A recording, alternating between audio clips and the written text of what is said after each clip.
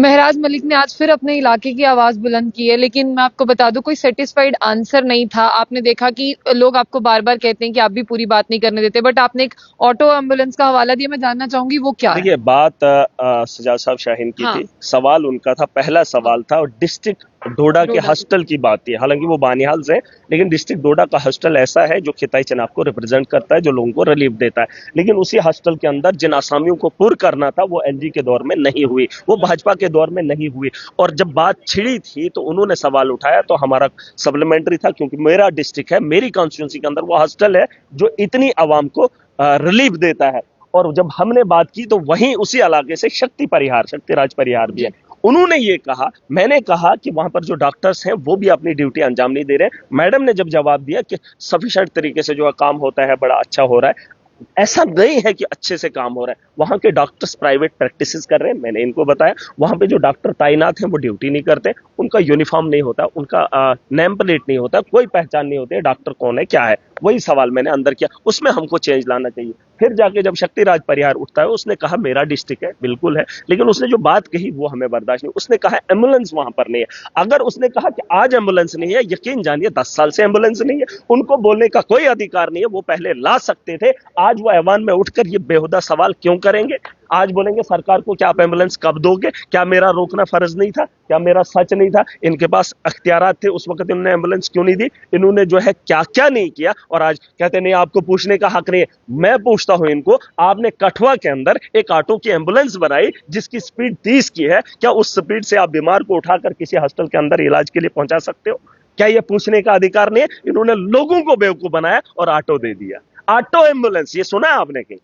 Auto ambulance Kathua से अगर किसी पेशेंट को लाना होगा जीएमसी के लिए, तो उस स्पीड से कब वो ऑटो एक बीमार को लाकर यहां पहुंचेगा? और अगर कठुआ के अंदर ये ऑटो एम्बुलेंस नहीं होगी तो मुझे कहना, अगर है तो इनकी शर्म इनके मुंह पे, चेहरे पे वो थोप देना, वो फोटो एलजी को दिखा देना कि ऑटो एम्बुलेंस हमने नहीं देखा था। और आज ये कह रहे हैं हमें वो इंपोर्टेड एम्बुलेंस चाहिए 30-35 लाख की, खुद देंगे 4-5 लाख का ऑटो लोगों को बेवकूफ बनाने के लिए। और ऑटो एम्बुलेंस को पता करे। और मनकोटिया कोई अपोजिशन का लीडर नहीं है, वो भी बीच बीच में सवाल, वो मुझसे लड़ना चाहता है क्योंकि चर्चों में आना चाहता है। मुझे किसी का शौक मतलब नहीं। सुन आपको लीजिए, लगता है। उनको लगता है मुझे कोई फर्क नहीं पड़ता है, मैं चर्चों में, हाँ, मैं मुद्दे की बात करूंगा। उनके पास कोई मुद्दा नहीं है, उनको लोगों को बेवकूफ बनाना है। बस फिर जब चुनाव आएगा मोदी का नाम एक लेंगे। सवाल, आपको लगता है कि जिसको चर्चा में आना है वो महराज को जो है वो आगे से अग्रेसिव करेगा? नहीं, उनको फिलहाल सवाल सही करना चाहिए। देखिए, आपका सवाल सही होना चाहिए, हमारा जवाब होगा। लेकिन अगर बेहुदा हाउस अंदर बातें होंगी, मुझे जैसे इंडस्ट्रीज को लेकर एक हाँ। लीडर ने बात की, नहीं उसको शोभा देता। उसने कहा लखनपुर हमारा बिजनेस ठप हो गया जम्मू के लोगों का, उन्होंने ही तो किया।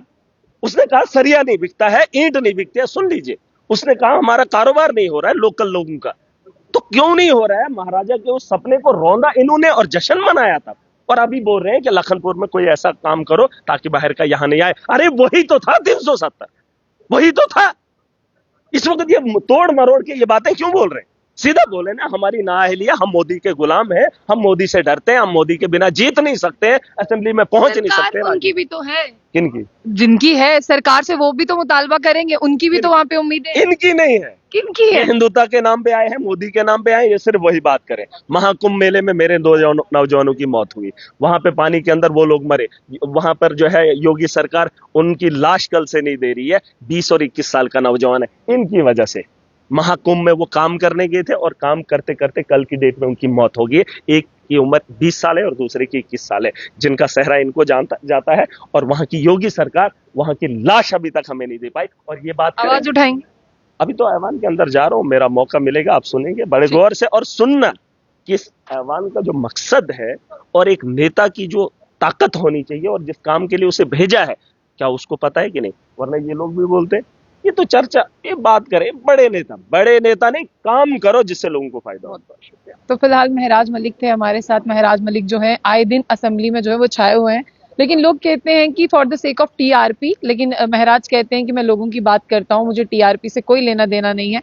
फिलहाल अभी जो है इन्होंने ऑटो एम्बुलेंस का जिक्र किया कि कठुआ में वो चलती है जो 30 किलोमीटर की स्पीड से चलती है और कठुआ से जीएमसी तक पहुंचना जो है वो बहुत ज्यादा मुश्किल हो जाता है। इसीलिए इन्होंने ये कहा कि आज से 10 साल पहले जो है वो केंद्र की सरकार थी, इस केंद्र की सरकार ने कितनी एम्बुलेंसेज दी हैं जो आप सरकार से मुतालबा कर रहे हो। लेकिन अभी हेल्थ इंफ्रास्ट्रक्चर को बेहतर करने के लिए यहाँ पर ग्रांट्स तो पास हो रही हैं, लेकिन डोडा जैसे इलाके में वाकई में आपको बता दें कि हेल्थ इंफ्रास्ट्रक्चर को बेहतर करने की बहुत ज्यादा जरूरत है। सिर्फ डोडा ही नहीं, अगर मैं पीर पंचाल के तमाम उन इलाकों की बात करूं, रजौरी पुंछ की बात करूं, डोडा भद्रवा किश्तवाड़ की बात करूं, इन सब इलाकों में भी हेल्थ इंफ्रास्ट्रक्चर जो है वो बहुत ज्यादा बेहतर होना चाहिए। बाकी रही जम्मू की बात, हर एक को जो है यहाँ पर शिफ्ट किया जाता है, यानी हर एक को यहाँ से जो है वो रेफर किया जाता है। तो इस तरह के उनके निजाम बनाए जाएं ताकि लोगों की जान बचाई जा सके।